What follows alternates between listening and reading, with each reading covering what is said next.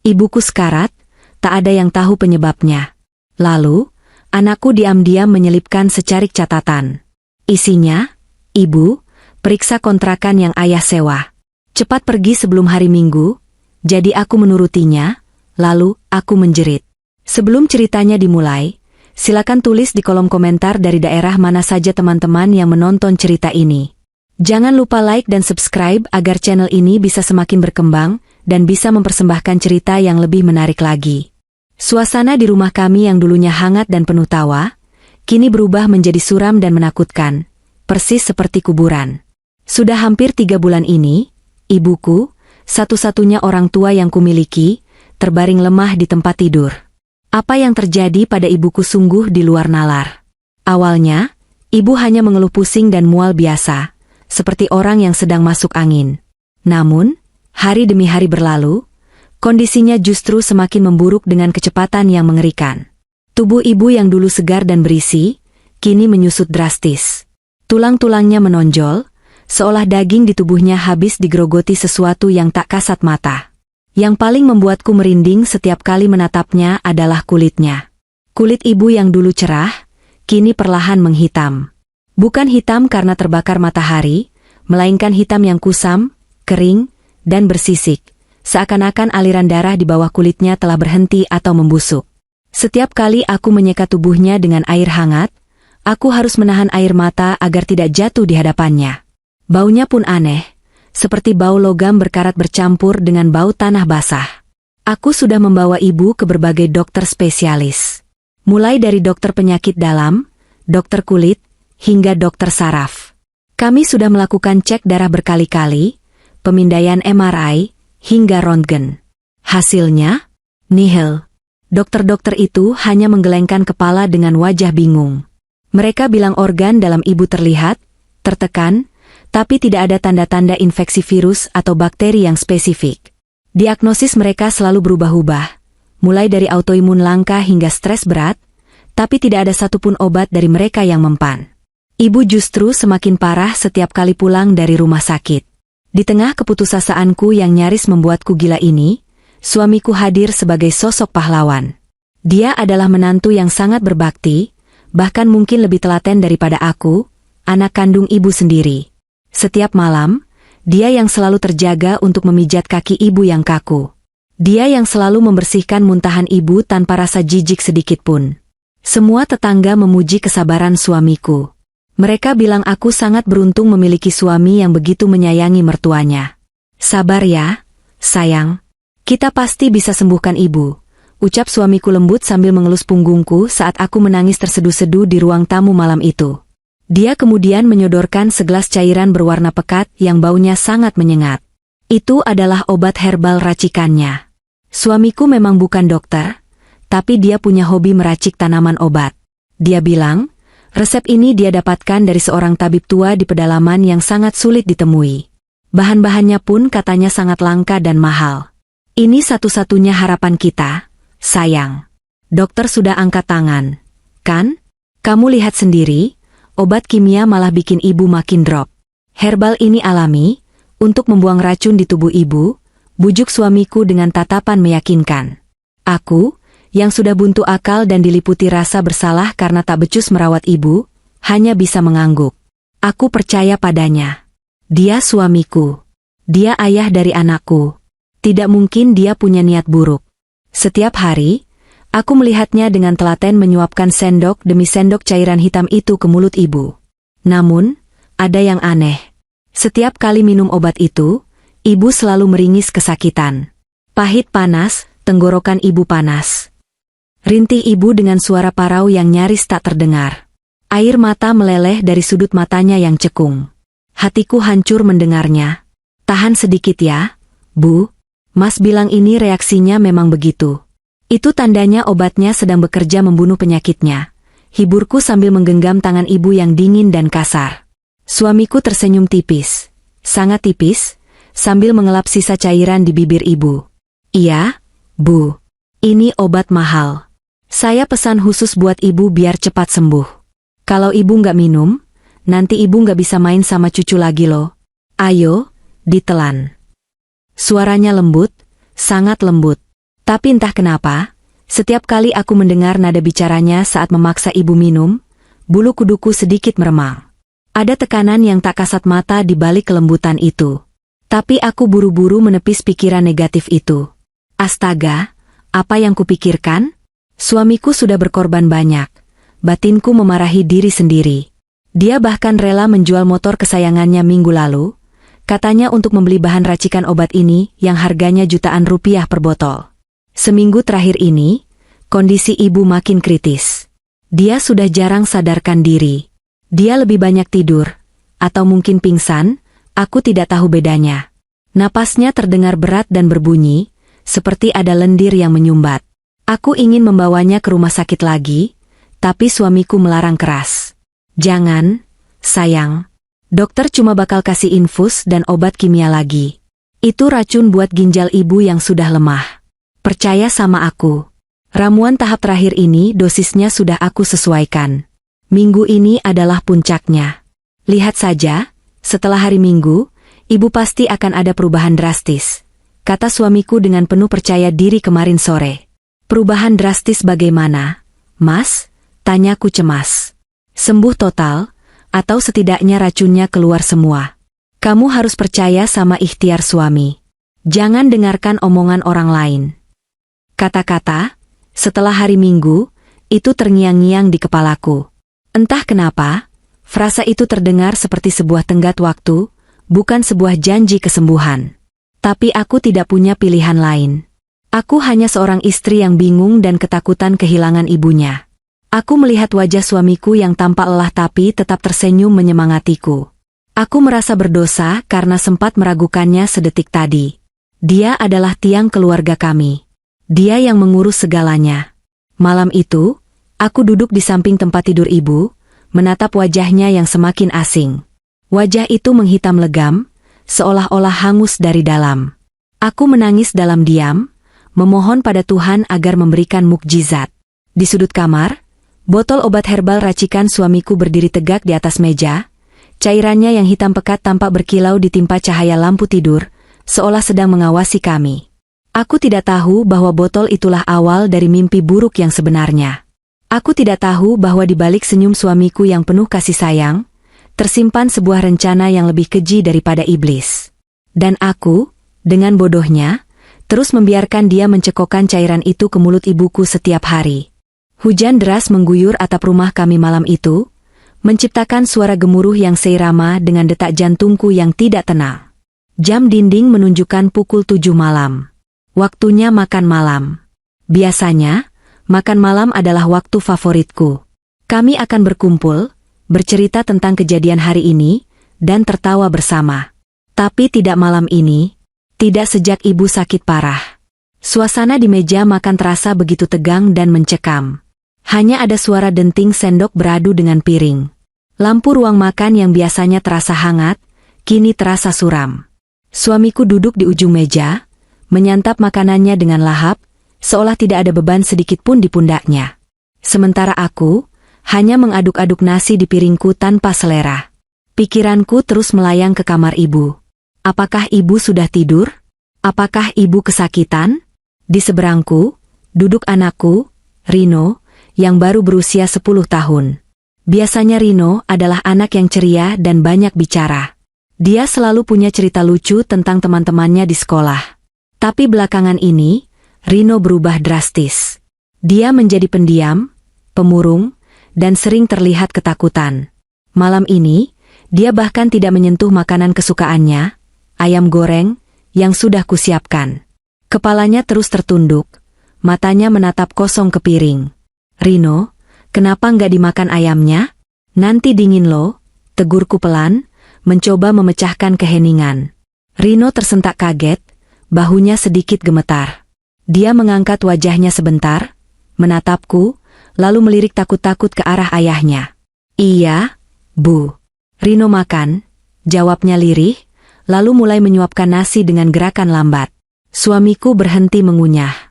Dia menatap Rino dengan tatapan yang sulit kuartikan. Kenapa kamu lihat ayah kayak gitu, Rino? Ada yang salah sama ayah? Tanyanya. Suaranya datar, tapi terdengar mengintimidasi di telingaku. Rino langsung menggeleng cepat, wajahnya pucat pasi. Enggak, yah, enggak ada apa-apa. Habiskan makanannya. Laki-laki enggak boleh lemah. Habis ini ayah mau racik obat buat nenek lagi. Bahan yang baru datang tadi sore harus segera diolah. Besok dosisnya harus dinaikkan biar nenek cepat tenang, kata suamiku sambil kembali menyuapkan makanan ke mulutnya. Kata, tenang, itu dia ucapkan dengan penekanan yang aneh, membuat dadaku sesak. Tenang maksudnya sembuhkan, Mas? Tanyaku memastikan, mencoba mencari kepastian. Suamiku menoleh padaku dan tersenyum lebar. Senyum yang menampilkan deretan giginya yang putih. Tentu saja, sayang. Sembuh dan tidak sakit lagi. Kasihan kan ibu sakit terus-terusan. Kita harus akhiri penderitaannya. Kalimat itu terdengar logis, tapi entah kenapa membuat perutku mulas. Aku mencoba tersenyum balik, tapi bibirku terasa kaku. Tiba-tiba, telepon genggam suamiku yang diletakkan di meja bergetar hebat. Dia melirik layar ponsel, lalu wajahnya berubah sedikit tegang. Dia buru-buru mengelap mulutnya dengan tisu. Sebentar ya, aku angkat telepon dulu. Ini dari supplier bahan obat. Penting banget, katanya sambil bangkit dari kursi. Dia berjalan cepat meninggalkan ruang makan menuju teras depan, menutup pintu kaca di belakangnya. Begitu sosok suamiku menghilang di balik pintu, suasana di meja makan berubah seketika. Rino yang tadinya kaku seperti patung, tiba-tiba bergerak gelisah. Dia menengok ke kanan dan kiri, memastikan ayahnya benar-benar sudah pergi. Napasnya memburu, seperti orang yang habis berlari jauh. Bu? Panggilnya berbisik, suaranya gemetar hebat. Kenapa? Nak? Kamu sakit? Aku hendak berdiri untuk mengecek dahinya, tapi Rino memberi isyarat agar aku tetap duduk. Matanya membelalak penuh ketakutan, air mata menggenang di pelupuk matanya. Tiba-tiba, aku merasakan sesuatu menyenggol kakiku di bawah meja. Rino menendang pelan kakiku. Lalu, dengan gerakan cepat dan waspada, dia mengulurkan tangannya di bawah meja, menyodorkan sesuatu ke arahku. Ambil, Bu. Cepat, desisnya. Aku bingung, tapi instingku mengatakan ini sesuatu yang gawat. Aku mengulurkan tanganku di bawah taplak meja, dan merasakan tangan kecil Rino yang dingin dan berkeringat menyelipkan secari kertas yang sudah diremas kuat ke telapak tanganku. Jangan dibuka sekarang, bisik Rino tajam, matanya menatapku dengan tatapan memohon yang belum pernah kulihat sebelumnya. Simpan, Bu. Sembunyikan. Jangan sampai ayah tahu. Demi Tuhan, Bu, jangan sampai ayah tahu. Jantungku berdegup kencang, seakan mau copot dari rongganya. Aku segera menggenggam kertas itu erat-erat dan memasukkannya ke dalam saku dasterku. Tanganku gemetar. Apa ini? Kenapa anakku yang masih SD bisa bersikap seolah-olah kami sedang dalam bahaya besar? Apa yang dia tahu yang tidak kutahu? Belum sempat aku bertanya, pintu teras terbuka. Suamiku masuk kembali dengan wajah yang sudah kembali tenang, bahkan terlihat sedikit ceria. Beres. Barang tambahan akan dikirim besok pagi, katanya sambil duduk kembali di kursinya. Dia menatap kami bergantian. Kok tegang banget? Kalian ngomongin apa? Darahku berdesir hebat. Aku berusaha keras menetralkan wajahku. Nggak ada, Mas. Cuma nyuruh Rino habisin makannya. Dia susah banget makan hari ini. Suamiku menatap Rino lekat-lekat. Rino langsung menunduk, menyembunyikan wajahnya sambil menyuapkan nasi dengan cepat, berpura-pura lahap. Bagus. Makan yang banyak biar pintar. Oh ya, sayang. Suamiku beralih menatapku. Nanti malam kamu tidur duluan saja ya. Aku mau lembur di gudang belakang buat racik obat. Prosesnya butuh waktu lama, mungkin sampai subuh. Jangan ganggu aku ya, soalnya takarannya harus presisi. Salah sedikit bisa gagal total. Iya, Mas, jawabku singkat. Tanganku di dalam saku meremas kertas pemberian Rino semakin kuat. Rasa penasaran dan ketakutan bercampur aduk di dadaku. Makan malam itu berlanjut dalam keheningan yang menyiksa. Setiap detiknya terasa seperti berjam-jam. Aku terus memperhatikan suamiku, mencari tanda-tanda kebohongan di wajahnya. Dia terlihat biasa saja, seperti suami dan ayah yang baik. Tapi kertas di sakuku terasa panas, membakar kulitku. Peringatan Rino tadi bukan main-main. Tatapan matanya adalah tatapan trauma, bukan sekadar ketakutan anak kecil biasa. Begitu suamiku selesai makan dan beranjak ke belakang rumah menuju gudang tempat dia biasa bekerja, aku langsung menyuruh Rino masuk ke kamarnya. Aku sendiri buru-buru membereskan piring kotor dengan tangan gemetar. Setelah memastikan suamiku benar-benar sudah di gudang dan pintu terkunci dari dalam, aku berlari kecil menuju kamar mandi. Satu-satunya tempat yang aman untuk membuka pesan misterius ini. Aku mengunci pintu kamar mandi, menyalakan keran air agar suaranya menyamarkan aktivitasku, lalu dengan jantung berdebar kencang, aku mengeluarkan kertas lusuh itu dari saku. Kertas itu sobekan dari buku tulis sekolah Rino. Tulisannya berantakan, ditulis dengan pensil yang ditekan kuat-kuat, tanda penulisnya sedang dalam keadaan panik atau terburu-buru. Aku mulai membaca tulisan itu, dan seketika itu juga, duniaku rasanya runtuh. Napasku tercekat di tenggorokan. Ketakutan yang sesungguhnya baru saja dimulai. Tangan kananku yang gemetar hebat memegang secari kertas lusuh yang baru saja diserahkan anakku secara diam-diam. Di bawah sorotan lampu kamar mandi yang temaram, aku merasa seolah-olah sedang memegang bom waktu yang siap meledak kapan saja. Suara keran air yang sengaja kunyalakan dengan volume maksimal menderu-deru, berusaha meredam isak tangis ketakutan yang mulai lolos dari bibirku.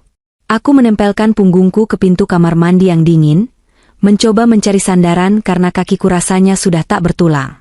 Perlahan, kubuka lipatan kertas yang diremas kuat itu. Tulisan di dalamnya berantakan, guratan pensilnya tebal dan miring, jelas ditulis dengan tangan yang gemetar dan tergesa-gesa. Itu tulisan anakku, anak laki-laki berumur 10 tahun yang seharusnya sedang asyik bermain game atau mengejar layangan, bukan menulis pesan rahasia yang mengerikan seperti ini. Aku menarik napas panjang, mencoba menenangkan detak jantungku yang menggila, lalu mulai membaca kalimat demi kalimat yang tertulis di sana. Ibu, tolong cek kontrakan yang ayah sewa buat gudang. Alamatnya ada di saku jas ayah yang warna abu-abu. Jangan sampai ketahuan ayah. Kita harus pergi sebelum hari Minggu. Tolong percaya Rino, Bu. Ayah jahat. Aku ternganga. Mataku membelalak lebar, membaca ulang tulisan itu berkali-kali seolah-olah huruf-huruf di sana bisa berubah jika aku menatapnya cukup lama. Kontrakan? Gudang? Sejak kapan suamiku menyewa kontrakan lain? Setahuku, dan dia selalu bilang begitu, dia hanya memiliki satu toko resmi di pasar induk dan gudang kecil di belakang rumah kami, tempat dia biasa meracik obat herbal terkutuk itu. Dia tidak pernah sekalipun menyinggung soal tempat lain. Kami tidak punya rahasia. Atau setidaknya itulah yang selama ini aku yakini. Ayah jahat, dua kata terakhir itu menghantam dadaku lebih keras daripada palu godam. Anakku menulis itu. Anak kandungnya sendiri. Rasa mual tiba-tiba menyerang perutku. Bayangan wajah polos anakku yang ketakutan saat makan malam tadi kembali berputar di kepalaku. Tatapan matanya yang liar, keringat dingin di pelipisnya, dan cara dia menendang kakiku di bawah meja. Ya Tuhan, apa yang sebenarnya telah dilihat oleh anak sekecil itu hingga dia berani menyimpulkan ayahnya sendiri jahat? Aku meremas kertas itu di dadaku, air mata mulai mengalir deras membasahi pipi. Berbagai pertanyaan liar berkecamuk di kepalaku, saling tumpang tindih tanpa jawaban. Kontrakan apa itu? Untuk apa suamiku menyewanya diam-diam? Dan kenapa harus pergi sebelum hari Minggu?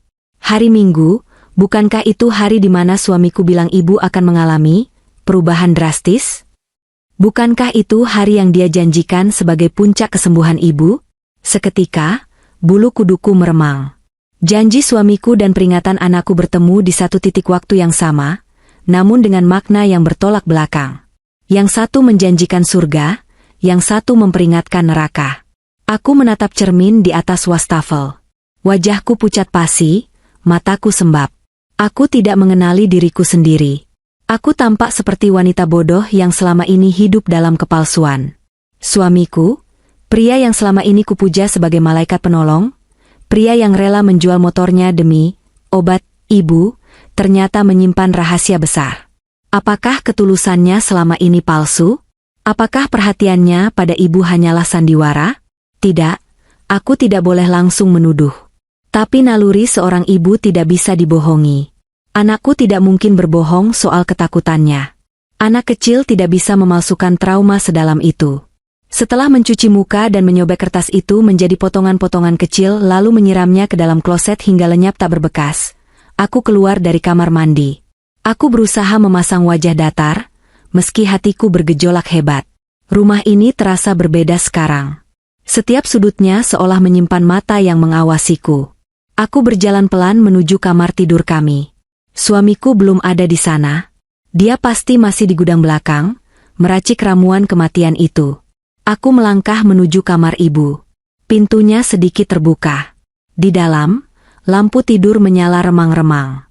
Aku melihat sosok ibu terbaring kaku di atas kasur. Napasnya terdengar berat dan tersendat-sendat. Bunyi, grok-grok, yang menyayat hati terdengar setiap kali dia menarik napas. Aku duduk di tepi ranjang, menggenggam tangan ibu yang tinggal kulit pembalut tulang.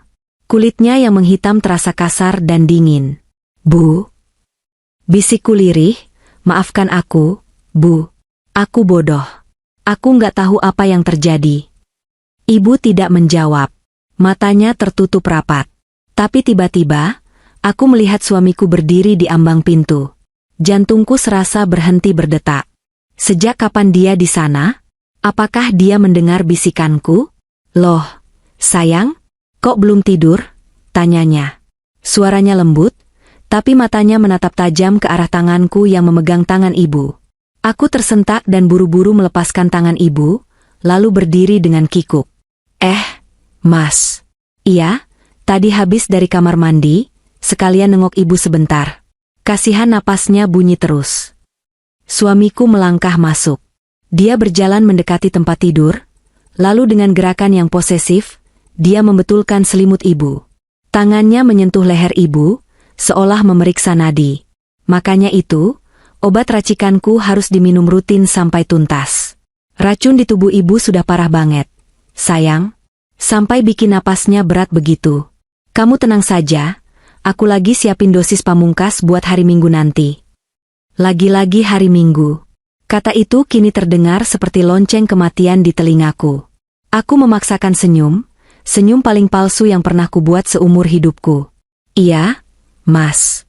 Kamu hebat banget bisa ngerawat ibu sampai segitunya. Suamiku menatapku lekat-lekat, seolah sedang memindai isi kepalaku. Kamu kenapa keringatan begitu? Sakit? Dia mengulurkan tangannya menyentuh dahiku. Tangannya terasa dingin dan bau bahan kimia menyengat tercium dari jari jemarinya. Bau yang sama dengan obat yang diminum ibu.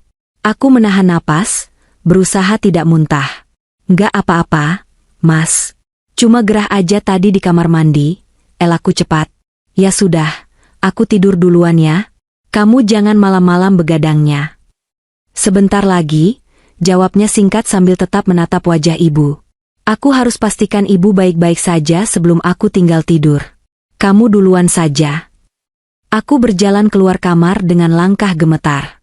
Aku tahu dia berbohong. Dia tidak sedang menjaga ibu. Dia sedang mengawasi proyeknya. Tingkah lakunya makin aneh. Biasanya dia akan langsung tidur jika lelah. Tapi sekarang dia seolah tidak mau sedetik pun ibu lepas dari pengawasannya. Seakan takut ada orang lain yang menyentuh atau memberikan sesuatu pada ibu selain dirinya. Kecurigaan itu kini bukan lagi benih, melainkan pohon raksasa yang menutupi akal sehatku. Pesan anakku benar. Ada sesuatu yang busuk di rumah ini, dan baunya semakin menyengat mendekati hari Minggu.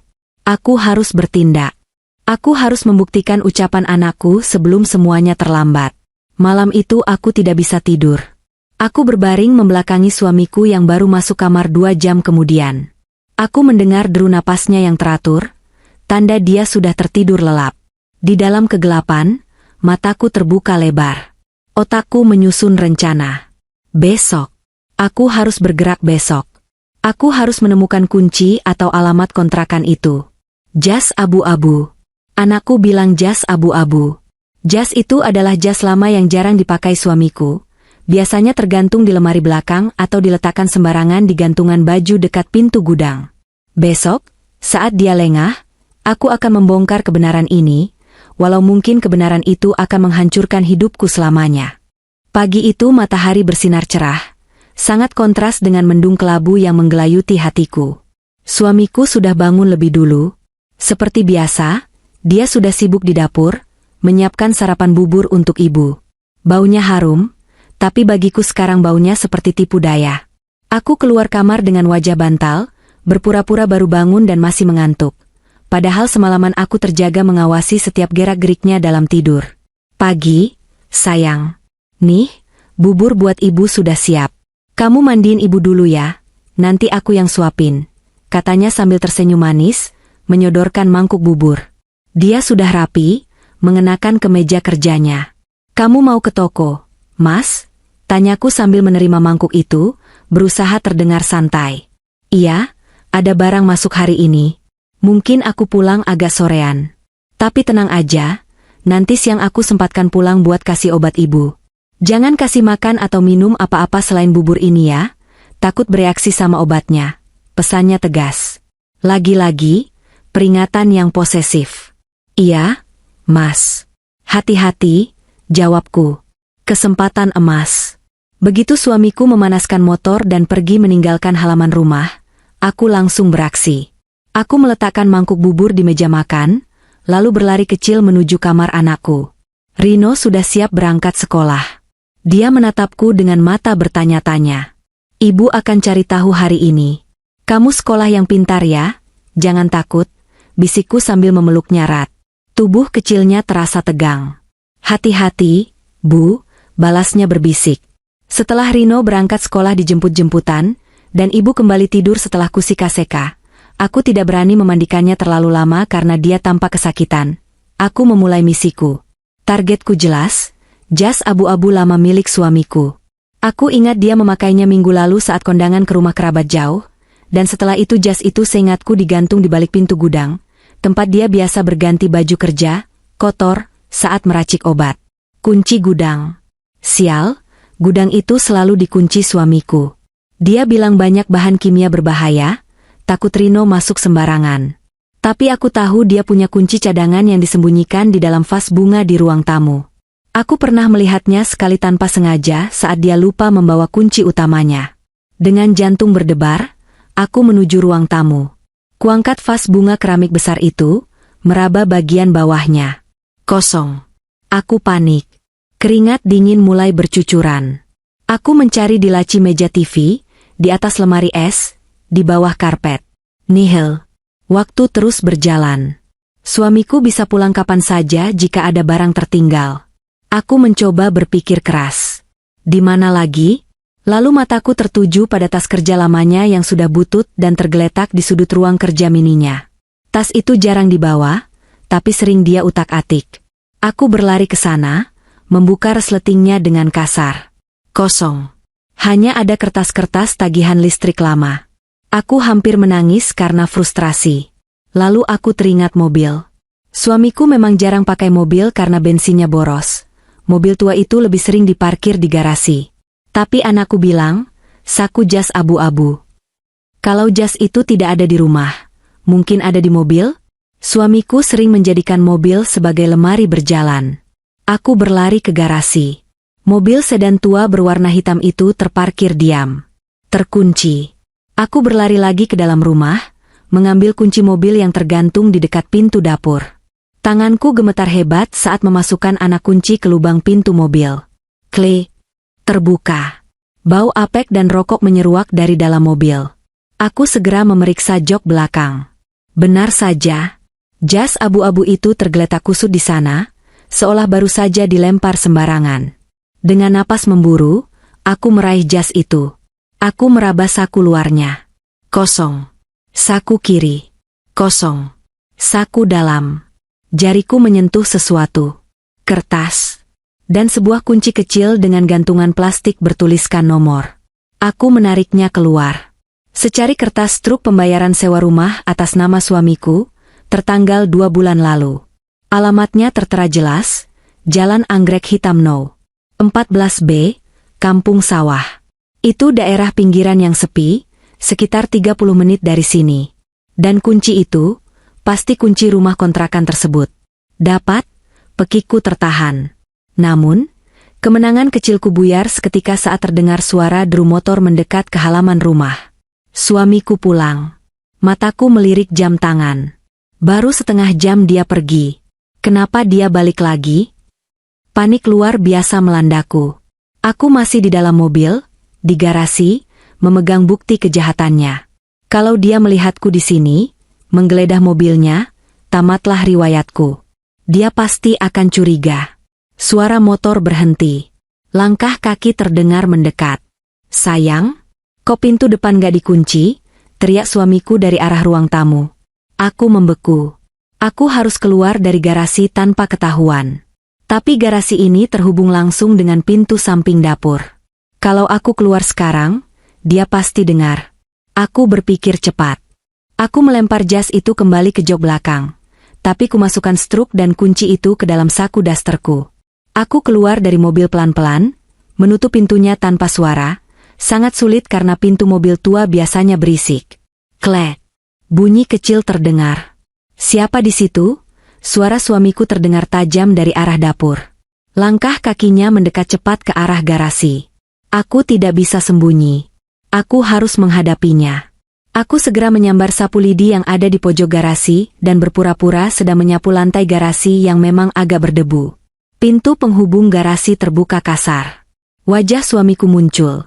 Matanya menatapku dengan curiga dan marah. Rahangnya mengeras. Kamu ngapain di sini? Tanyanya dingin. Aku menegakkan tubuh, mengatur napas agar tidak terlihat ngos-ngosan.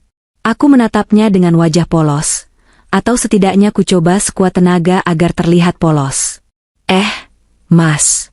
Ini loh, tadi aku lihat ada tikus lari ke sini pas aku buang sampah. Aku kejar sampai sini, takut tikusnya masuk ke mesin mobil atau gigit kabel. Kan bahaya. Kamu kok pulang lagi? Ada yang ketinggalan? Suamiku menatapku dari ujung kaki sampai ujung kepala. Tatapannya menyelidik, mencari celah kebohongan. Tanganku yang memegang gagang sapu berkeringat licin. Jantungku rasanya mau melompat keluar lewat tenggorokan. 1 detik, 2 detik, 3 detik, ketegangan di udara begitu pekat hingga rasanya bisa diiris dengan pisau. Akhirnya, bahu suamiku sedikit rileks.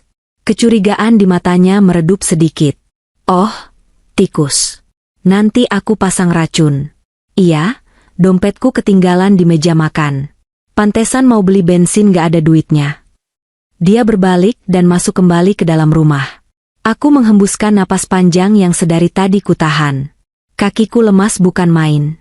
Aku hampir saja ketahuan. Ini peringatan keras. Dia sangat waspada. Setelah dia mengambil dompet dan pergi lagi, kali ini aku mengintip dari balik tirai jendela sampai motornya benar-benar hilang di tikungan. Aku tahu aku tidak bisa menunda lagi. Aku harus ke alamat itu sekarang. Tapi aku tidak bisa pergi begitu saja meninggalkan ibu. Tetangga?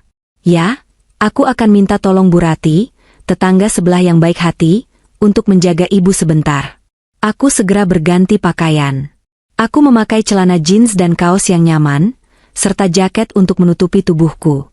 Aku memasukkan struk dan kunci misterius itu ke dalam tas selempangku. Aku pergi ke rumah Bu Rati. Bu Rati, tolongin saya dong. Saya harus ke apotek di kota, obat ibu yang dari dokter habis. Mas Bram lagi kerja. Bisa tolong jagain ibu sebentar? Sejam aja Bu, cuma nungguin kalau ibu butuh minum. Pintaku dengan wajah memelas yang tidak perlu dibuat-buat karena aku memang sedang panik. Oh, boleh, Mbak. Kebetulan saya lagi masak. Nanti saya sambil tengok-tengok. Kasihan Bu Kartini sendirian. Hati-hati ya, Mbak, jawab Bu Rati tanpa curiga. Makasih banyak ya, Bu. Kalau Mas Bram pulang duluan, bilang aja saya ke pasar sebentar cari buah. Jangan bilang ke apotek. Nanti dia marah karena dia maunya ibu minum obat herbal dia aja. Kataku memberi alasan cadangan agar tidak ketahuan tujuan asliku. Siap, Mbak. Mas Bram emang perhatian banget ya, sampai obat aja selektif. Puji Bu Rati polos. Aku hanya tersenyum miris. Kalau saja dia tahu. Aku memesan ojek online agar tidak perlu mengeluarkan motor sendiri yang kuncinya di bawah suamiku, atau agar tidak terlacak. Tujuanku 1, Jalan Anggrek Hitam No. 14B. Di sepanjang perjalanan, angin menerpa wajahku, tapi rasa dingin yang kurasakan berasal dari dalam hatiku. Aku akan membuka kotak Pandora. Aku akan melihat apa yang sebenarnya disembunyikan suamiku di balik topeng, menantu idamannya. Dan entah kenapa, Firasatku mengatakan bahwa apa yang akan kutemukan di sana jauh lebih mengerikan daripada sekadar perselingkuhan. Ini soal nyawa ibuku. Ini soal hidup dan mati. Perjalanan menuju alamat yang tertera di kertas truk itu terasa seperti perjalanan menuju neraka. Aku duduk di boncengan ojek online dengan tubuh kaku. Mataku terus awas menatap jalanan yang semakin lama semakin asing. Kami meninggalkan hiruk-pikuk kota, masuk ke jalan-jalan tikus yang sempit dan berdebu, hingga akhirnya sampai di sebuah kawasan pinggiran yang sepi. Rumah-rumah di sini jarang, dipisahkan oleh kebun-kebun kosong yang ditumbuhi ilalang setinggi dada orang dewasa. Matahari yang terik seolah tak mampu menghangatkan tubuhku yang menggigil karena ketakutan. Bu, bener ini alamatnya? Sepi banget lo di sini, kayak nggak ada penghuninya. Tanya abang ojek itu dengan nada ragu saat kami berhenti di depan sebuah gang buntu. Aku menelan ludah, mencoba menenangkan suaraku yang hampir pecah. Iya, Mas. Bener kok. Suami saya naruh barang di gudang sini. Makasih ya. Setelah ojek itu pergi, aku berdiri sendirian di depan sebuah rumah petak tua yang kondisinya menyedihkan. Ket temboknya yang dulunya mungkin putih kini sudah mengelupas dan berlumut, menampilkan bata merah yang rapuh. Atapnya miring, dan jendela-jendelanya tertutup rapat oleh koran bekas dari dalam, seolah pemiliknya tidak ingin ada satu pun cahaya, atau mata orang lain, yang masuk ke dalam. Di pagar besinya yang berkarat, tidak ada gembok, hanya dililit kawat. Tapi pintu utamanya, pintu kayu yang tampak kokoh itu terkunci rapat. Jantungku berdegup kencang, memukul-mukul rongga dadaku dengan brutal. Inilah tempatnya. Tempat yang disebut anakku sebagai gudang ayah. Tempat yang disembunyikan suamiku rapat-rapat selama berbulan-bulan. Dengan tangan gemetar, aku merogoh tas lempangku, mengeluarkan kunci kecil dengan gantungan nomor yang kutemukan di jas suamiku tadi. Aku melangkah mendekati pintu. Setiap langkah terasa berat, seolah kakiku dipasung besi. Bagaimana kalau suamiku ada di dalam? Bagaimana kalau dia tiba-tiba muncul? Tapi bayangan wajah ibuku yang sekarat dan tatapan ketakutan anakku memberiku keberanian nekat. Aku harus tahu. Aku harus melihat dengan mata kepalaku sendiri. Aku memasukkan anak kunci ke lubang pintu. Krek. Macet sedikit. Keringat dingin mengucur di pelipisku. Kumainkan sedikit kuncinya, memutarnya perlahan. Klik. Terbuka. Pintu itu berderit nyaring saat kudorong. Suaranya seperti jeritan hantu di siang bolong, membuatku tersentak kaget. Bau itu langsung menyergapku begitu pintu terbuka. Bukan bau debu atau bau barang bekas seperti layaknya gudang. Ini bau yang asing, tajam, dan menusuk hidung. Bau bahan kimia yang menyengat bercampur dengan bau amis yang samar. Perutku mual seketika. Aku menutup hidung dengan kerudungku dan melangkah masuk. Ruangan itu gelap gulita meski di luar siang terik, karena semua ventilasi ditutup rapat. Aku meraba-raba dinding mencari saklar lampu, tapi tidak menyala. Listriknya mungkin diputus atau lampunya mati. Aku menyalakan senter dari ponselku. Seberkas cahaya putih membelah kegelapan, dan apa yang tersorot oleh cahaya itu membuat lututku lemas seketika. Ini bukan gudang. Tidak ada tumpukan kardus barang dagangan atau perabot bekas. Ruangan tengah rumah itu kosong melompong, kecuali satu meja panjang di tengah ruangan yang dipenuhi peralatan aneh. Aku mendekat dengan langkah tertatih, seolah ditarik oleh kekuatan gaib yang mengerikan. Di atas meja itu, berjejer botol-botol kaca berbagai ukuran. Ada yang berisi cairan hitam pekat, persis seperti obat herbal yang diminumkan suamiku ke ibu setiap hari. Ada juga toples-toples berisi bubuk berwarna-warni, putih, kuning, dan abu-abu. Ada timbangan digital kecil, sendok takar, gelas ukur, dan alat penumbuk obat dari batu. Ini seperti laboratorium mini. Laboratorium milik seorang ilmuwan gila. Tapi yang membuat mataku membelalak ngeri adalah bungkusan-bungkusan yang berserakan di lantai, di dekat kaki meja. Aku mengarahkan senter ke sana. Bungkusan plastik berwarna mencolok dengan gambar tengkorak. Racun tikus? Desisku, suaraku tercekat. Aku memungut salah satu bungkus yang sudah kosong. Baunya bau ini sama persis dengan bau tanah basah yang sering kucium dari tubuh ibu. Tanganku gemetar hebat hingga bungkusan itu jatuh kembali ke lantai. Di sebelahnya, ada botol kaca kecil dengan label yang sudah disobek sebagian, Tapi aku masih bisa membaca tulisan peringatan bahayanya, arsenik trioksida, sangat beracun. Duniaku runtuh detik itu juga. Aku mundur terhuyung-huyung hingga punggungku menabrak dinding. Napasku memburu, tersengal-sengal mencari oksigen di ruangan yang penuh uap kematian ini. Jadi selama ini yang diminumkan suamiku ke mulut ibuku bukanlah obat penyembuh. Itu racun. Suamiku, pria yang kupikir malaikat pelindung keluarga, pria yang setiap malam memijat kaki ibuku dengan lembut, ternyata secara perlahan, sedikit demi sedikit, membunuh ibuku dengan tangannya sendiri. Air mata membanjiri wajahku tanpa bisa kubendung. Ingatan-ingatan masa lalu berputar cepat di kepalaku seperti film horor. Ingatkah aku saat ibu mengeluh perutnya panas, seperti terbakar setelah minum obat? Ingatkah aku saat ibu muntah darah hitam? Dan suamiku dengan wajah tenang dan senyum manisnya berkata, "Itu detoksifikasi, Bu. Racunnya lagi keluar." Biadab.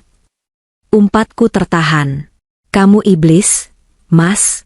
Kamu iblis." Aku ingin berteriak sekeras-kerasnya, tapi suaraku hilang ditelan kengerian. Kakiku melangkah lagi, menyusuri ruangan itu. Mataku menangkap sesuatu di dinding. Sebuah kalender besar. Satu-satunya hiasan di ruangan suram ini. Aku mendekat, menyorotkan senterku ke arah kalender itu.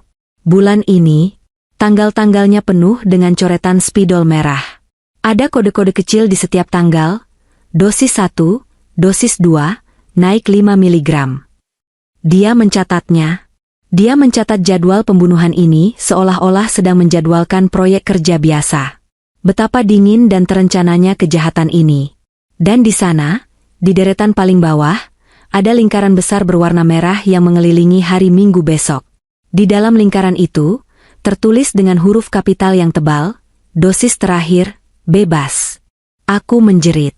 Jeritan itu tertahan di tenggorokan, keluar hanya sebagai pekikan ngeri yang menyayat hati. Bebas.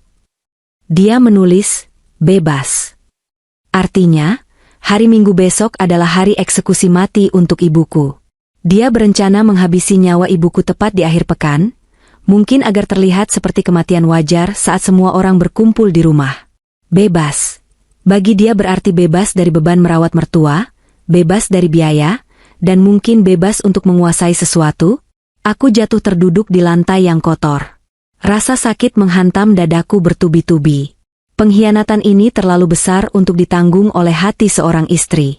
Suamiku bukan hanya jahat, dia monster. Dia merencanakan ini semua dengan sangat rapi, sangat sabar. Berbulan-bulan dia menyiksa ibuku pelan-pelan, menikmati setiap detik penderitaan wanita tua yang tak berdaya itu, sambil berpura-pura menjadi pahlawan di depan semua orang. Bahkan anakku, Rino pasti pernah diajak ke sini. Pantas saja Rino trauma. Pantas saja Rino ketakutan setengah mati. Anak sekecil itu harus menyaksikan ayahnya meracik kematian untuk neneknya sendiri. Ampuni aku, Bu, ampuni aku. Isakku di tengah kegelapan gudang itu. Rasa bersalah mencekik leherku. Akulah yang membiarkan monster itu masuk ke rumah kami. Akulah yang menyodorkan gelas racun itu ke tangan ibu saat suamiku sedang tidak ada, karena percaya itu obat. Akulah yang ikut membunuh ibuku. Tapi tangis takkan menyelesaikan apapun. Ibuku masih hidup. Dia masih bernapas di rumah, meski lemah. Dan hari Minggu tinggal 2 hari lagi. Aku harus kuat. Aku harus bangkit. Aku menghapus air mataku dengan kasar. Rasa sedih itu kini berubah menjadi kemarahan yang membara. Kebencian mulai tumbuh di hatiku, menggantikan cinta yang selama 10 tahun ini kurawat untuk suamiku. Aku bangkit berdiri. Mataku menyapu sekeliling ruangan lagi. Aku butuh bukti. Aku tidak bisa pulang hanya dengan cerita. Polisi butuh bukti. Aku butuh sesuatu yang kuat untuk menyeret iblis itu ke penjara, dan memastikan dia membusuk di sana selamanya. Mataku tertuju pada sebuah laci di meja kerja yang ada di sudut ruangan. Laci itu sedikit terbuka. Aku melangkah ke sana dengan tekad baja. Aku tidak akan membiarkan suamiku menang. Aku akan melawan, demi ibu, dan demi anakku. Tangan kananku masih gemetar sisa dari syok yang baru saja kuhadapi, tapi kini ada kekuatan baru yang mengalir di nadiku. Amarah.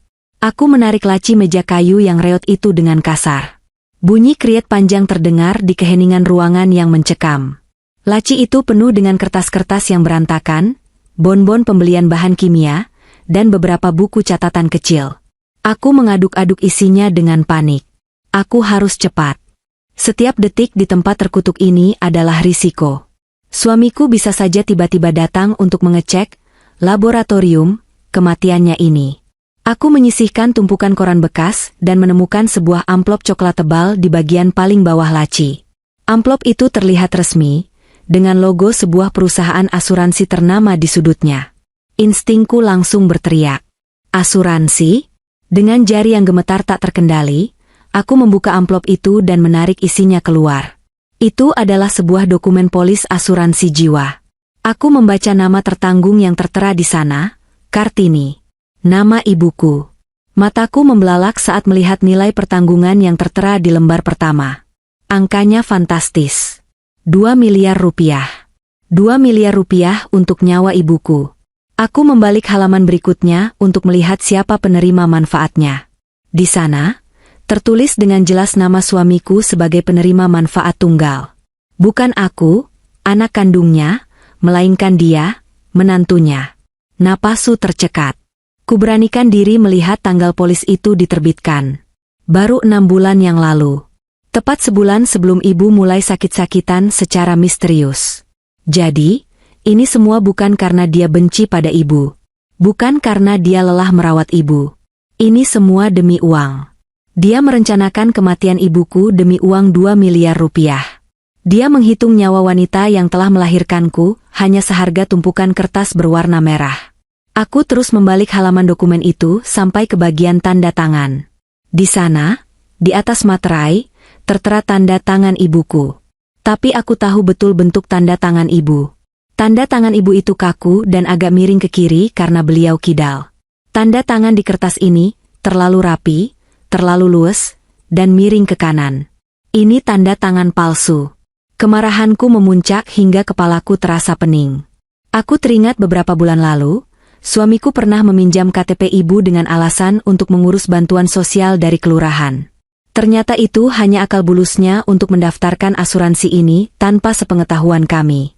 Dia memalsukan tanda tangan ibu, membayar preminya diam-diam, mungkin menggunakan uang tabungan kami yang dia bilang hilang, atau kepakai buat modal waktu itu, dan sekarang dia tinggal menunggu waktu pencairan.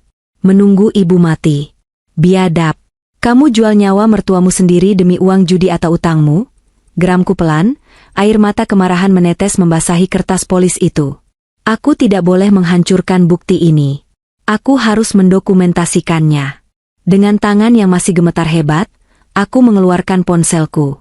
Aku memotret setiap lembar dokumen itu. Mulai dari halaman depan, nilai pertanggungan, nama penerima manfaat, hingga tanda tangan palsu itu. Aku memotretnya berkali-kali, memastikan gambarnya jelas dan bisa terbaca. Aku juga memotret botol-botol racun di meja, bungkusan arsenik di lantai, dan kalender di dinding yang melingkari hari Minggu dengan tulisan, dosis terakhir. Setiap kali tombol kamera berbunyi cekrek, rasanya seperti aku sedang menancapkan paku ke peti mati pernikahan kami. Setiap foto adalah bukti kejahatannya, bukti pengkhianatannya. Tiba-tiba, aku mendengar suara motor berhenti di depan rumah. Jantungku berhenti berdetak. Darahku membeku. Suara motor itu, suaranya berat dan agak tersendat. Persis seperti motor tua suamiku. Apakah dia datang? Ya Tuhan, apakah dia tahu aku di sini? Kepanikan melandaku seketika. Aku menyambar semua barang-barangku, memasukkan kembali dokumen polis itu ke dalam amplop dan melemparkannya ke dalam laci. Aku berusaha menutup laci itu secepat mungkin, tapi tanganku yang licin karena keringat membuatnya tergelincir. Laci itu tertutup miring. Biarlah, pikirku. Aku harus sembunyi atau kabur. Aku mendengar langkah kaki berat mendekati pintu depan. Suara kunci beradu. Kricik-kricik. Aku tidak bisa keluar lewat depan. Aku terjebak. Mataku liar mencari jalan keluar. Di belakang, ada pintu kecil di pojok ruangan yang tertutup kain kusam. Aku berlari tanpa suara ke sana, berdoa semoga pintu itu tidak terkunci. Aku memutar gagang pintunya. Klik. Terbuka. Syukurlah. Aku menyelinap keluar tepat saat pintu depan terbuka dan cahaya matahari masuk menyinari ruang tengah. Aku tidak berani menoleh. Aku langsung menutup pintu belakang itu pelan-pelan, menahan napas. Di balik pintu, aku berada di sebuah pekarangan belakang yang penuh semak belukar tinggi. "Halo? Kok kayak ada orang?" Suara suamiku terdengar samar dari dalam. Aku membekap mulutku sendiri kuat-kuat, air mata mengalir deras. Kakiku gemetar begitu hebat sampai aku harus bersandar pada tembok luar yang lembab agar tidak jatuh. Aku mendengar langkah kakinya berjalan mengelilingi ruangan. Bunyi botol kaca beradu. Dia sedang memeriksa barang-barangnya. "Perasaan gue aja kali ya," gumamnya lagi, terdengar lebih jelas karena dia mungkin berada dekat jendela belakang. "Ah, bodoh amat. Yang penting minggu besok cair. Sabar ya, Bu mertua sayang. Sebentar lagi lunas kok sakitnya." Mendengar monolognya itu, rasa takutku seketika berubah menjadi tekad yang membara. "Lunas sakitnya? Tunggulah pembalasanku, Mas. Kamu akan membayar setiap tetes rasa sakit ibu dengan sisa hidupmu di penjara." Aku menunggu beberapa menit di balik semak-semak, digigit nyamuk dan semut, sampai akhirnya terdengar suara motor dinyalakan lagi dan menjauh. Dia pergi. Mungkin dia hanya mampir sebentar untuk mengecek atau mengambil sesuatu. Setelah yakin dia benar-benar pergi, aku merangkak keluar dari persembunyianku, berlari memutar lewat jalan setapak di samping rumah tetangga, dan terus berlari sampai ke jalan raya. Aku tidak langsung pulang.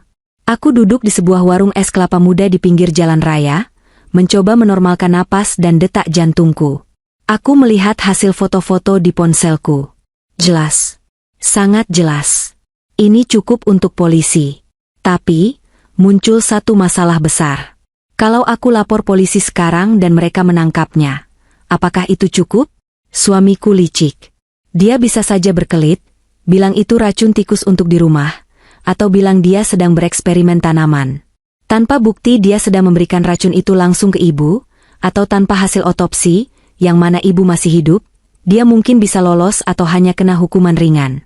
Dan yang paling kutakutkan, kalau dia tahu aku sudah tahu, dia bisa nekat.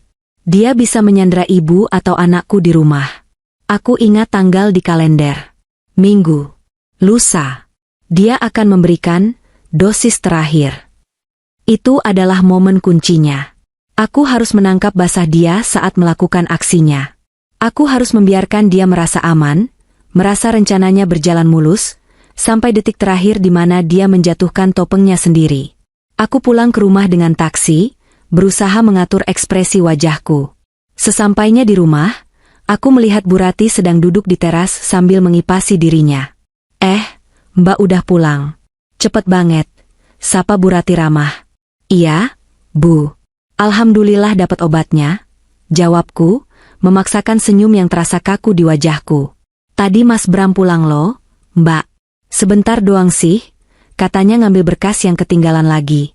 Kok bolak-balik ya hari ini, cerita Bu Rati. Darahku berdesir.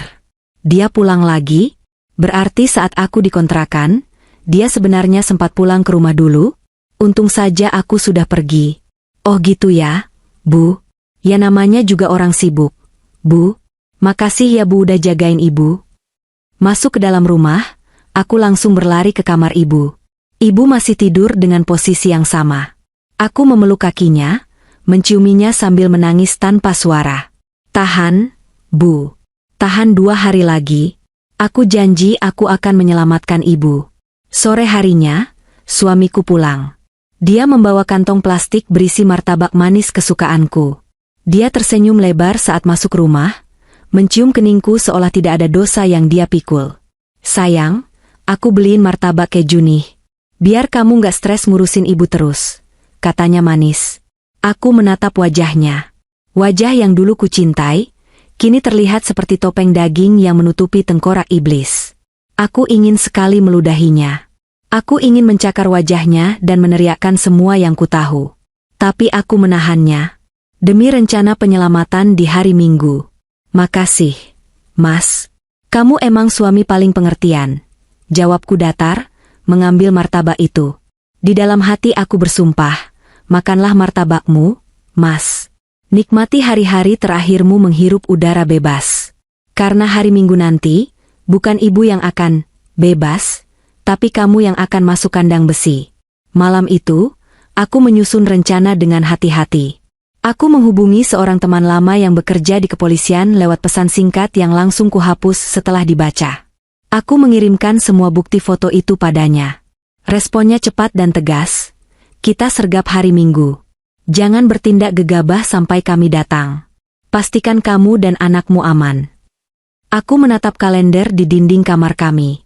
Hari Minggu dilingkari merah oleh suamiku dalam pikirannya. Tapi bagiku, itu adalah hari penghakiman. Cahaya matahari pagi menyelinap masuk melalui celah gorden kamar, membawa serta kehangatan hari Minggu yang seharusnya menenangkan. Namun, bagiku, sinar matahari itu justru terasa seperti sorot lampu interogasi yang menyilaukan dan memanaskan kulit. Hari ini adalah hari yang dilingkari dengan spidol merah di kalender gudang terkutuk itu. Hari yang ditandai dengan tulisan, bebas. Bagi suamiku, ini adalah hari kemerdekaan dari beban finansial dan tanggung jawab. Tapi bagiku, ini adalah hari penghakiman. Aku terbangun dengan napas yang tertahan di tenggorokan. Keringat dingin membasahi punggungku, membuat daster yang kupaat terasa lengket dan menjijikkan. Aku menoleh ke samping. Kosong. Bantal di sebelahku sudah dingin, menandakan suamiku, lelaki yang selama 10 tahun ini tidur di sampingku, sudah bangun sejak lama. Jantungku mulai berpacu liar, memukul-mukul rongga dada seolah ingin mendobrak keluar. Ketakutan yang mencekam bercampur dengan adrenalin, membuat tanganku gemetar hebat saat aku menyingkap selimut. Aku ingat pesan Rudy, teman polisiku, yang kukirimkan subuh tadi, tim sudah bergerak. Kami memantau dari radius dekat. Jangan bertindak gegabah sebelum dia benar-benar akan melakukan aksinya. Kita butuh bukti niat pembunuhan yang tak terbantahkan. Aku menyeret langkahku keluar kamar. Rumah terasa sunyi, terlalu sunyi untuk ukuran hari Minggu pagi. Biasanya, suara kartun dari televisi yang ditonton anakku akan terdengar, atau suara tukang sayur yang lewat di depan rumah. Tapi hari ini hening. Keheningan yang menyembunyikan badai. Saat aku melangkah mendekati dapur, indera penciumanku langsung disergap oleh bau yang kini sangat kuhafal. Bau itu bukan bau masakan lezat atau kopi pagi. Itu adalah bau kematian. Bau herbal yang menyengat, dicampur dengan aroma logam dan tanah basah yang membuat perutku mual seketika. Aku mengintip dari balik tembok pembatas ruang tengah. Di sana, suamiku berdiri membelakangiku. Ia mengenakan pakaian terbaiknya, sebuah kemeja koko berwarna putih bersih yang biasa ia pakai saat sholat Id. Ia tampak begitu suci, begitu religius, kontras sekali dengan kegiatan yang sedang ia lakukan. Tangannya sibuk mengaduk sebuah panci kecil di atas kompor dengan api lilin. Lalala, sebentar lagi, sebentar lagi. Senandung kecil keluar dari mulutnya. Nada suaranya riang, ringan, dan penuh sukacita. Pemandangan itu membuat darahku mendidih sekaligus membeku. Bagaimana mungkin seseorang bisa bersenandung riang saat sedang meracik racun untuk membunuh mertuanya sendiri? Ia mengaduk cairan hitam pekat itu dengan gerakan yang penuh kasih sayang, seolah sedang membuat bubur manis untuk bayi, padahal yang ia aduk adalah arsenik dan campuran zat kimia mematikan yang ia sebut dosis terakhir. Aku menarik napas panjang, berusaha menata ekspresi wajahku. Aku tidak boleh terlihat tahu. Aku harus membiarkan dia merasa menang sampai detik terakhir. Aku harus menjadi aktris terbaik hari ini demi nyawa ibuku. Mas, panggilku pelan, berusaha agar suaraku terdengar serak khas bangun tidur. Ia berbalik. Senyum lebar langsung terukir di wajahnya. Senyum itu begitu manis, begitu meyakinkan, sampai-sampai jika aku tidak melihat gudang itu kemarin, aku pasti akan luluh kembali. Sayang, sudah bangun? Selamat pagi, bidadariku, sapanya ramah. Ia mengecilkan api kompor, lalu berjalan mendekatiku dan mengecup keningku. Kamu tidur nyenyak? Maaf aku bangun duluan. Aku terlalu bersemangat buat ngerawat ibu hari ini. Aku menahan napas saat ia mendekat, berusaha tidak memuntahkan isi perutku saat mencium aroma tubuhnya yang bercampur dengan bau bahan kimia itu. Iya, Mas. Kok tumben masa obatnya pagi banget? Kan hari ini spesial, sayang, jawabnya dengan mata berbinar. Ia kembali ke kompor, menatap panci itu dengan tatapan memuja. Setelah konsultasi batin dan merenung semalaman, aku nemu takaran yang pas. Ini penyempurnaan dari semua ramuan sebelumnya. Aku yakin, seyakin-yakinnya, setelah minum ini ibu bakal sembuh total. Semua racun di badannya bakal keluar, dan ibu bakal tenang. Nggak akan ngerasain sakit lagi selamanya. Kata, tenang, dan, selamanya, ia tekankan dengan intonasi yang membuat bulu kuduku meremang. Ia sedang berbicara tentang kematian, tapi membungkusnya dengan kata-kata penyembuhan. Betapa liciknya lidah manusia ini. Oh ya? Alhamdulillah kalau gitu, Mas. Kamu emang menantu paling berbakti, pujiku dengan nada datar. Tanganku diam-diam meraba saku daster, memastikan ponselku ada di sana dengan layar yang menyala, siap mengirim sinyal panggilan darurat. Rino mana, Mas? Tanyaku, mengalihkan pembicaraan karena aku tidak kuat melihat cairan hitam yang meletup-letup itu. Masih di kamar kali. Biarin aja dia tidur, anak kecil nggak usah lihat proses pengobatan ibu dulu. Nanti takut dia rewel kalau lihat ibu muntah-muntah sedikit pas detoksifikasi. Nanti kalau ibu sudah tidur, baru kita bangunin dia buat sarapan bareng. Kita pesan pizza ya nanti, merayakan kesembuhan ibu. Merayakan. Dia sudah merencanakan pesta perayaan di atas mayat ibuku. Ya sudah, aku mau cuci muka dulu, terus ke kamar ibu, kataku, lalu berbalik cepat sebelum air mataku tumpah di hadapannya. Aku masuk ke kamar mandi, menyalakan keran air, dan membasuh wajahku berkali-kali. Di cermin, aku melihat pantulan wanita yang ketakutan tapi juga penuh amarah. Kamu bisa. Kamu harus bisa, bisikku pada diri sendiri. Aku mengecek ponselku. Ada balasan dari Rudi. Kami sudah di posisi. Pintu depan jangan dikunci kalau bisa, atau kami akan dobrak paksa saat kamu teriak. Aku keluar dari kamar mandi dan langsung menuju kamar anakku. Pintunya tertutup rapat. Aku membukanya pelan. Rino tidak tidur. Dia duduk meringkuk di sudut kasur, memeluk lututnya. Wajahnya pucat, matanya bengkak. Dia menatapku dengan tatapan penuh tanya dan ketakutan. Bu? Cicitnya pelan. Aku mendekat, memeluknya erat-erat, mencium puncak kepalanya. Rino, dengerin ibu baik-baik, bisikku cepat di telinganya. Jangan keluar kamar. Apapun yang terjadi, jangan keluar sampai ibu panggil atau sampai ada Pak Polisi masuk. Kunci pintu dari dalam. Mengerti? Tubuh kecil Rino gemetar dalam pelukanku. Ayah mau ngasih obat itu lagi ke nenek ya, Bu? Ayah mau bunuh nenek sekarang? Pertanyaan polos itu menghiris hatiku. Ibu nggak akan biarin itu terjadi. Ibu janji. Kamu harus berani ya. Kamu anak hebat. Sekarang kunci pintu.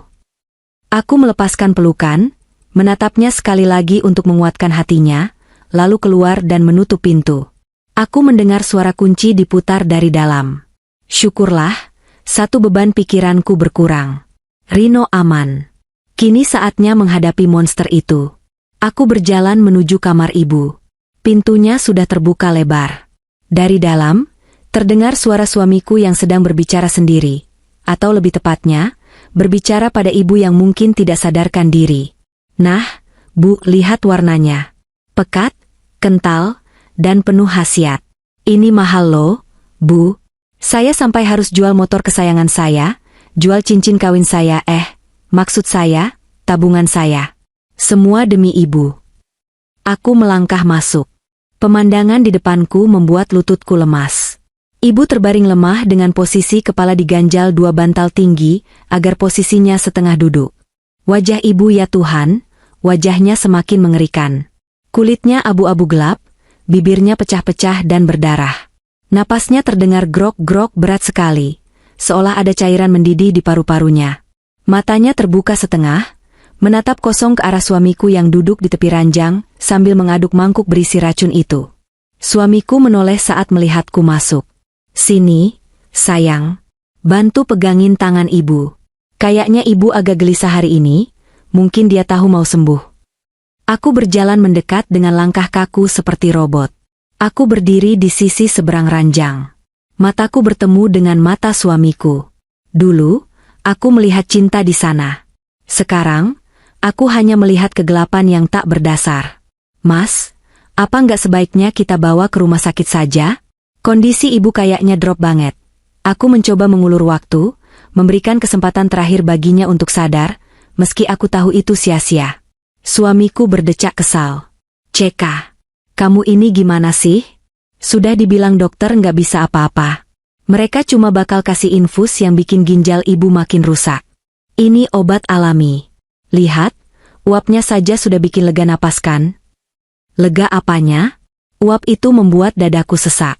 Ayo Bu, buka mulutnya, perintah suamiku pada ibu. Suaranya berubah tegas, tidak semanis tadi. Jangan manja. Ini demi kebaikan ibu. Biar ibu nggak nyusahin anak cucu lagi. Biar ibu tenang di surga maksud saya, biar ibu sehat lagi. Ibu tidak merespons. Rahangnya terkunci rapat. Sepertinya, di ambang kesadarannya, ibu sedang berjuang menolak. Tuh kan, ibu ngelawan. Sayang, pegangin rahangnya.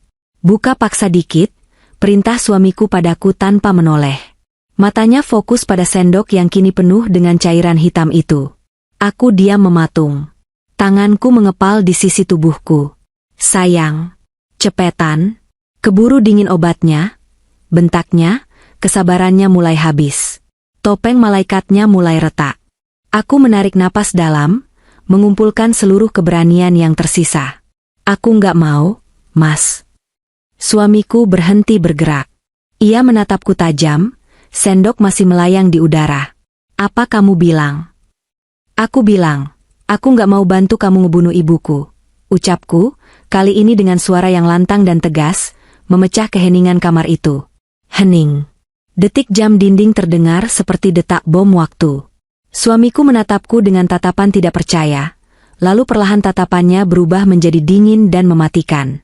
Ia meletakkan sendok itu kembali ke mangkuk dengan kasar. Dentingnya nyaring. Kamu ngomong apa barusan? Bunuh? Kamu nuduh suami kamu sendiri pembunuh? Tanyanya dengan suara rendah yang berbahaya. Ia berdiri perlahan, tubuhnya yang tinggi besar tiba-tiba terasa mengintimidasi ruangan sempit itu. Aku tidak mundur. Aku justru maju selangkah, menantangnya. Iya, aku tahu semuanya, Mas. Aku tahu soal kontrakan di Jalan Anggrek Hitam. Aku tahu soal laboratorium racun kamu. Aku tahu soal arsenik, racun tikus, dan kalender dengan tulisan, dosis terakhir, itu. Wajah suamiku berubah pucat pasi seketika, seolah darah di wajahnya tersedot habis. Matanya bergerak liar, kepanikan mulai merayap. Kakakmu? Kamu ngarang cerita dari mana? Kamu pasti halusinasi. Aku punya fotonya, Mas. Teriakku, mengeluarkan ponselku dan menunjukkan layar galeri yang menampilkan foto polis asuransi jiwa dengan tanda tangan palsu ibu. Aku juga tahu soal asuransi 2 miliar itu. Kamu gadaikan nyawa ibuku demi uang judi online kamu, kan? Kamu iblis, Mas. Kamu kasih racun sedikit-sedikit biar ibu mati perlahan, biar kelihatan sakit wajar. Dasar biadab. Melihat bukti itu, wajah panik suamiku lenyap. Perlahan, bibirnya menyunggingkan senyum miring. Senyum yang membuatku sadar bahwa aku sedang berhadapan dengan orang gila. Wah, pinter juga kamu ya, kekehnya. Tawa kecil yang kering dan mengerikan. Kirain kamu cuma istri bodoh yang cuma bisa masak dan ngangkang. Ternyata kamu berbakat jadi detektif. Pengakuan itu keluar begitu saja dari mulutnya, tanpa rasa bersalah sedikit pun. Kenapa, Mas? Kenapa kamu tega? Tanyaku lirih, air mataku mulai menetes. Kenapa? Karena aku butuh uang. Teriaknya tiba-tiba, membuatku tersentak. Wajahnya memerah penuh amarah. Kamu pikir gampang jadi kepala keluarga dengan gaji pas-pasan? Utangku banyak. Ratusan juta. Kalau si tua bangka ini mati, kita kaya. Asuransi cair, utang lunas, kita bisa hidup enak. Harusnya kamu dukung aku, bukan malah sok suci begini. Dengan cara membunuh orang tua? Kamu sakit jiwa? Jeritku. Persetan dengan moral, ia menyambar mangkuk obat itu lagi. Minggir kamu. Kepalang tanggung. Kalau dia mati sekarang, kita tetap dapat duitnya. Biar aku paksa dia minum sekarang. Ia berbalik cepat ke arah ibu, berniat menuangkan seluruh isi mangkuk itu langsung ke mulut ibu. Jangan. Aku melompat, menerjang tubuhnya. Aku memukul tangannya sekuat tenaga. Piar. Mangkuk keramik itu terlempar, menghantam lantai dan pecah berkeping-keping. Cairan hitam pekat itu muncrat kemana-mana, mengotori dinding, lantai, dan kaki kami. Suamiku meraung marah.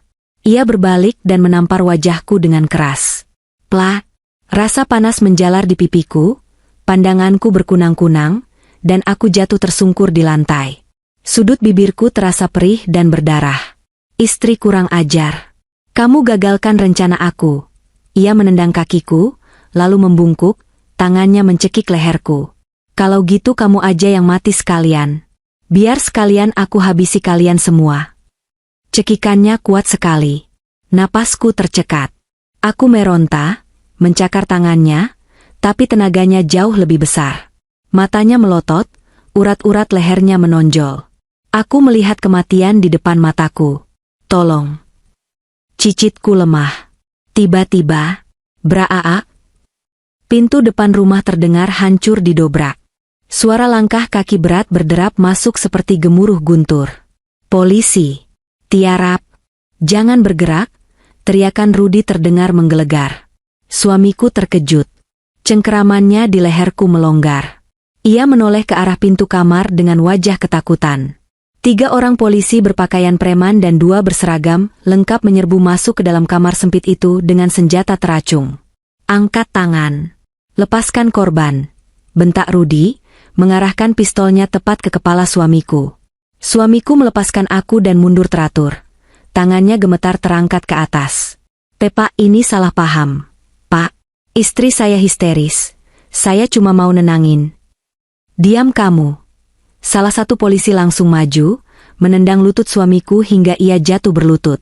Dengan cepat, tangan suamiku ditekuk ke belakang. Bunyi krek terdengar saat borgol dipasangkan dengan kasar. Kalian gak punya hak. Saya ini warga baik-baik. Ini urusan rumah tangga. Suamiku masih mencoba berteriak, meronta-ronta seperti babi hutan yang terjerat perangkap. Aku terbatuk-batuk, memegangi leherku yang sakit, berusaha duduk. Rudi segera membantuku. Kamu nggak apa-apa. Aku mengangguk lemah, air mata deras mengalir. Tangkap dia, Ruth. Dia monster. Racunnya ada di lantai. Tunjukku pada ceceran cairan hitam di lantai. Saat suamiku digiring keluar kamar dengan paksa, tiba-tiba pintu kamar Rino terbuka. Anakku berlari keluar. Aku pikir dia akan lari ke pelukanku, tapi tidak. Dia berlari ke arah ayahnya yang sedang diseret polisi. Ayah, teriak Rino. Suamiku menoleh, wajahnya penuh harap. Rino, bilang sama Pak Polisi, ayah orang baik kan? Ayah sayang Rino kan? Tolong ayah, nak. Rino berhenti tepat di depan ayahnya.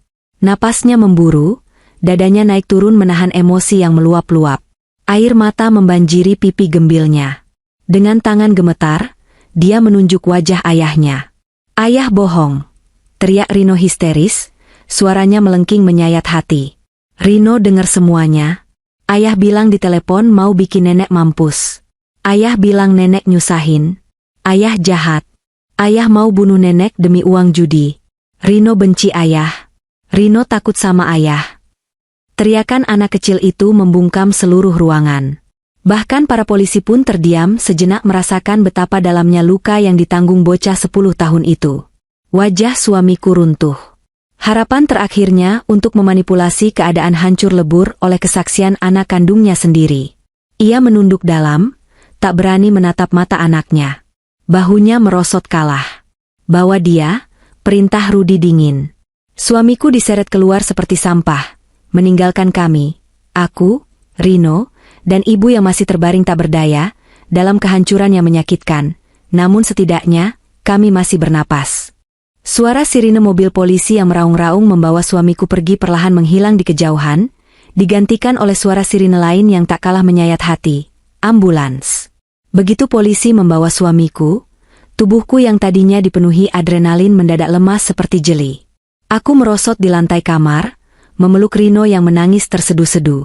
Tapi aku tahu, aku belum boleh istirahat. Perang belum usai. Ibu masih sekarat. Para petugas medis yang datang dengan ambulans bergerak cepat dan taktis. Mereka memasang oksigen ke hidung ibu, mengecek nadi yang lemah, dan langsung mengangkat tubuh ringkih itu ke tandu. Melihat tubuh ibu yang hanya tinggal tulang berbalut kulit itu diangkat, hatiku rasanya diremas. Bagaimana mungkin aku membiarkan ini terjadi begitu lama? Bagaimana mungkin aku buta selama berbulan-bulan? Bu, ikut di ambulans ya, kata seorang perawat pria. Aku mengangguk cepat. Aku menitipkan kunci rumah pada Bu Rati, tetangga sebelah yang sudah berdiri di teras dengan wajah pucat pasi, karena syok melihat kejadian penangkapan tadi. Bu, tolong kunciin rumah ya. Saya harus bawa ibu. Di dalam ambulans, aku menggenggam tangan ibu yang dingin membeku. Rino duduk di sampingku, masih sesenggukan, tapi tangannya yang kecil ikut memegang tangan neneknya. Bunyi nguik-nguik sirine membelah kemacetan kota, seirama dengan doa-doa yang kurapalkan tanpa henti. Jangan pergi dulu, Bu. Tolong bertahan. Si jahat sudah pergi. Ibu harus lihat kami bebas. Sesampainya di IGD Rumah Sakit Umum Daerah, ibu langsung dilarikan ke ruang resusitasi zona merah. Aku dan Rino tertahan di luar. Pintu kaca otomatis itu tertutup, memisahkan kami dari satu-satunya keluarga yang tersisa. Jam demi jam berlalu dengan sangat lambat, rasanya seperti setahun. Aku duduk di kursi tunggu besi yang dingin, memangku Rino yang akhirnya tertidur karena kelelahan menangis. Setiap kali ada perawat yang keluar, jantungku serasa mau copot. Pikiranku dipenuhi skenario terburuk. Racun itu sudah masuk berbulan-bulan. Arsenik itu akumulatif. Ginjal ibu, hati ibu, apakah masih bisa diselamatkan? Sekitar pukul 2 siang, seorang dokter parubaya dengan jas putih yang tampak lelah keluar memanggil namaku. Keluarga Ibu Kartini? Aku langsung berdiri, memindahkan kepala Rino ke tas yang kujadikan bantal. Saya, Dok. Saya anaknya. Gimana kondisi ibu? Dokter itu, yang nama tagnya bertuliskan Dr. Gunawan, spesialis penyakit dalam dan toksikologi, menghela napas panjang. Ekspresinya serius, membuat lututku gemetar. Bu, kami menemukan kadar arsenik yang sangat tinggi dalam darah dan urin pasien. Selain itu, ada jejak steroid dosis tinggi yang menyebabkan pembengkakan organ dalam tapi penyusutan massa otot. Ini keracunan kronis, Bu. Sudah berlangsung lama. Air mataku menetes lagi. Tapi ibu bisa selamatkan, Dok? Dokter Gunawan menatapku iba. Jujur saja, kondisinya sangat kritis. Ginjalnya sudah mengalami gagal fungsi tahap 4, dan fungsi hatinya sangat buruk. Racikan yang diminumkan itu sangat korosif. Kami sudah melakukan bilas lambung untuk mengeluarkan sisa cairan terakhir, dan sekarang kami pasang alat cuci darah untuk menyaring racun dari darahnya. 24 jam ke depan adalah masa paling menentukan. Kalau jantungnya kuat, ada harapan. Tapi ibu harus siap dengan segala kemungkinan. Dunia rasanya runtuh. Suamiku memang sudah ditangkap, tapi dampaknya masih menghantui nyawa ibuku. Lakukan yang terbaik, Dok. Tolong ibu saya, berapapun biayanya. Kami usahakan semaksimal mungkin. Ibu berdoa saja. Dokter itu menepuk bahuku pelan lalu kembali masuk ruang ICU. Malam harinya, Rudi datang ke rumah sakit. Ia masih memakai seragam polisinya, wajahnya tampak lelah tapi puas. Ia membawa sebuah map tebal. Gimana ibumu? Tanyanya sambil duduk di sampingku. Kritis, Ruth. Harus cuci darah. Racunnya parah banget. Jawabku lirih. Rudi menggeram marah. Dasar laki-laki biadab. Dia sudah ngaku semuanya di interogasi tadi, walau awalnya masih ngeles. Tapi setelah kita tunjukin bukti chat dia sama bandar judi online dan riwayat pencarian dia di dark web, soal cara bikin racun arsenik, dia nggak bisa berkutik lagi. Rudi membuka map itu, memperlihatkan foto-foto barang bukti. Ada foto botol-botol racun di kontrakan, dan ada juga tangkapan layar percakapan di ponsel suamiku.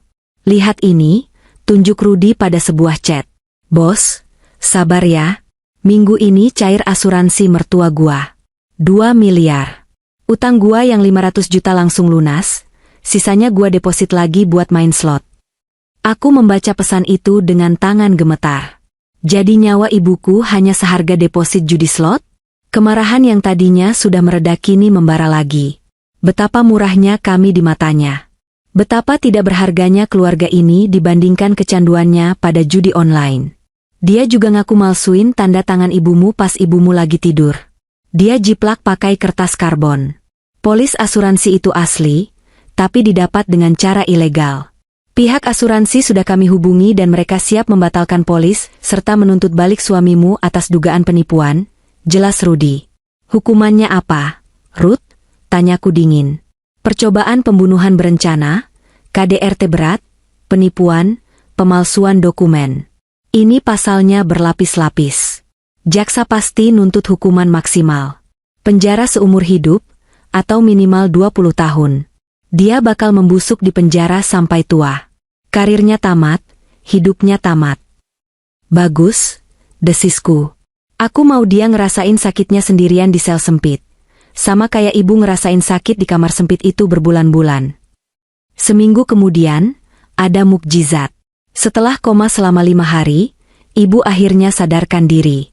Saat itu aku sedang mengelap tangannya dengan waslap hangat. Tiba-tiba jari telunjuk ibu bergerak pelan. Kelopak matanya bergetar, lalu terbuka perlahan. Matanya masih sayu, tapi sudah ada kehidupan di sana. Bu. Panggilku tercekat. Ibu dengar aku. Ibu menatapku, lalu tatapannya beralih ke Rino yang sedang tidur di sofa. Bibirnya bergerak lemah, tanpa suara. Aku mendekatkan telingaku. Haus. Bisiknya sangat pelan. Aku menangis bahagia. Aku segera memanggil dokter. Setelah diperiksa, Dokter Gunawan bilang ini keajaiban. Fungsi organ ibu perlahan membaik meski tidak akan pernah kembali 100% normal. Ibu akan butuh cuci darah rutin seumur hidupnya karena ginjalnya sudah rusak permanen. Tapi setidaknya, ibu hidup. Ibu selamat. Sebulan kemudian, proses persidangan dimulai. Berita tentang kasus ini viral di media sosial. Judul-judul berita clickbait bermunculan, suami racuni mertua demi judi online, anak SD bongkar kejahatan ayah kandung. Tetangga-tetangga yang dulu memuji suamiku sebagai menantu idaman, kini berbalik mencaci makinya. Setiap kali aku ke pasar atau ke warung, orang-orang berbisik-bisik. Ada yang kasihan, tapi banyak juga yang sok tahu. Makanya Mbak, kalau cari suami itu diteliti dulu bebet bobotnya, nyinyir seorang ibu-ibu di tukang sayur. Kelihatannya alim, ternyata judol. Kata-kata itu menyakitkan, tapi aku memilih tuli. Aku fokus pada pemulihan ibu dan Rino. Aku menjual rumah kami. Terlalu banyak kenangan pahit di sana. Setiap sudut rumah itu mengingatkanku pada senyum palsu suamiku saat menyuapi ibu racun. Uang hasil penjualan rumahku pakai untuk melunasi biaya rumah sakit yang tidak sedikit, karena BPJS sempat bermasalah akibat ulah suamiku yang tidak bayar iuran, dan sisanya kami pakai untuk membeli rumah petak sederhana di pinggiran kota yang udaranya sejuk. Kami memulai hidup baru dari nol. Benar-benar nol. Aku kembali bekerja menerima pesanan catering kecil-kecilan. Rino pindah sekolah. Ibu menjalani hari tua di kursi roda. 6 bulan berlalu sejak hari Minggu yang mengerikan itu. Kami sedang duduk di teras rumah baru kami. Langit sore berwarna jingga kemerahan, sangat indah. Rino sedang bermain bulu tangkis dengan anak tetangga sebelah. Tawanya yang renyah terdengar lepas. Tawa yang sempat hilang selama berbulan-bulan karena ketakutan. Aku menyuapi ibu potongan buah pepaya. Kulit ibu sudah tidak hitam lagi, meski masih keriput. Matanya sudah jernih. Enak, Bu? Tanyaku. Ibu mengangguk pelan, tersenyum tulus. Enak, Nak? Manis. Lebih manis daripada obat herbal mahal itu. Canda ibu, sarkasme yang membuatku tertawa kecil tapi juga perih. Tiba-tiba ibu memegang tanganku. Genggamannya masih lemah, tapi hangat. Kamu jangan merasa bersalah terus ya, enduk. Ibu tahu tiap malam kamu nangis pas sholat. Kamu merasa bodoh karena nggak tahu kelakuan suamimu. Air mataku merebak. Ibu selalu tahu. Aku memang bodoh, Bu. Aku istri yang nggak peka. Aku biarin ibu diracun di depan mataku sendiri. Nggak, itu bukan salahmu, potong ibu tegas. Setan itu memang pinter nyamar. Kamu justru penyelamat ibu. Kalau kamu nggak percaya sama Rino, kalau kamu nggak nekat ke gudang itu, ibu udah jadi tanah sekarang. Kamu anak yang kuat. Ibu bangga punya anak perempuan kayak kamu. Aku memeluk ibu erat-erat, menumpahkan segala sisa trauma yang masih mengendap di dada. Pelukan ibu adalah obat yang sesungguhnya. Obat yang menyembuhkan jiwaku yang terkoyak. Dari kejauhan, Rino berlari menghampiri kami. Keringat bercucuran di dahinya, wajahnya merah padam karena kepanasan, tapi senyumnya lebar sekali. Bu, Nek, lihat Rino menang. Serunya bangga sambil memamerkan raketnya. Aku merentangkan tangan, dan Rino langsung menghambur ke pelukanku dan pelukan neneknya. Kami bertiga berpelukan di bawah langit senja. 3 penyintas yang berhasil lolos dari maut. Aku teringat suamiku, mantan suamiku, yang kini sedang mendekam di penjara Nusa Kambangan dengan vonis 20 tahun penjara. Biarlah dia membusuk di sana bersama penyesalan dan utang-utangnya. Dia pikir dia bisa menentukan kapan dosis terakhir hidup kami. Dia salah besar. Tuhan masih sayang pada kami. Hari Minggu itu memang dia rencanakan sebagai akhir hidup ibu, tapi nyatanya, itu menjadi awal hidup baru bagi kami. Hidup yang sederhana, tanpa kemewahan, tanpa janji manis palsu, tapi penuh dengan ketulusan dan rasa aman. Dan bagi kami, itulah definisi bebas yang sesungguhnya. Kami pun masuk ke dalam rumah, menutup pintu, dan menguncinya. Bukan karena takut pada monster di dalam rumah, tapi untuk menjaga kehangatan cinta yang kami miliki agar tidak keluar. Malam ini, kami akan tidur nyenyak, tanpa mimpi buruk, tanpa rasa takut.